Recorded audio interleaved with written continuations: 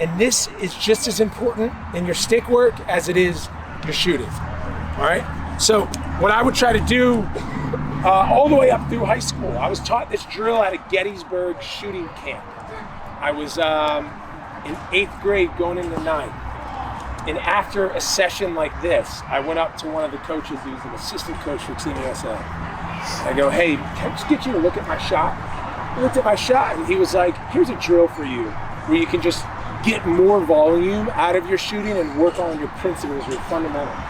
So he taught me this drill and I've been using it ever since. I would start every shooting workout with this. Cut to 20 years later, I meet Steph Curry. And him and I are talking a bunch about shooting. And what Steph does that people don't see is he starts every one of his shooting workouts in the paint. His father Dell taught him, so he's right under the hoop. And he shoots 10 directly under. You guys probably see on Instagram where he starts at the 3-point line, moves out to half court. But what people aren't watching is either earlier in the day, because he's a bit of a showman now, he does a great job with it. But he's always under the hoop first, and he takes a step back, and he takes a step back, he takes a step back, and then as he progresses, he challenges himself further. He's got to hit 10 in a row. And then the next day, he's got to hit 10 in a row, no rim, before he can step back. All right, so in this drill, I like to keep my base set up, angled at that far net, at that far corner. And I'm gonna work on overhand, snapping my wrists, using all those dynamics we talked about. And I really wanna start figuring out accuracy based on this control. Okay, not shoulder control for accuracy, but that.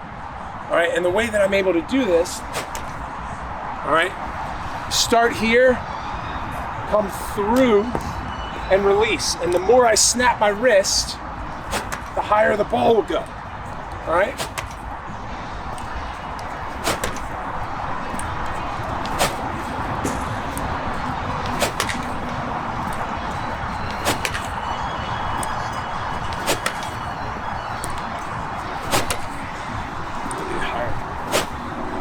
That's better. All right, so I'll give you a slow-mo here. If I'm snapping it a lot, this stick is breaking here. It's going high. The tighter I keep my wrist, I can drop the ball down. Somewhere in the middle is where you're finding the corner. And then you can start picking up a little pace. Okay? So what I would try to do is hit 10 in a row right in that corner. Before I moved on, I would be really hard on myself.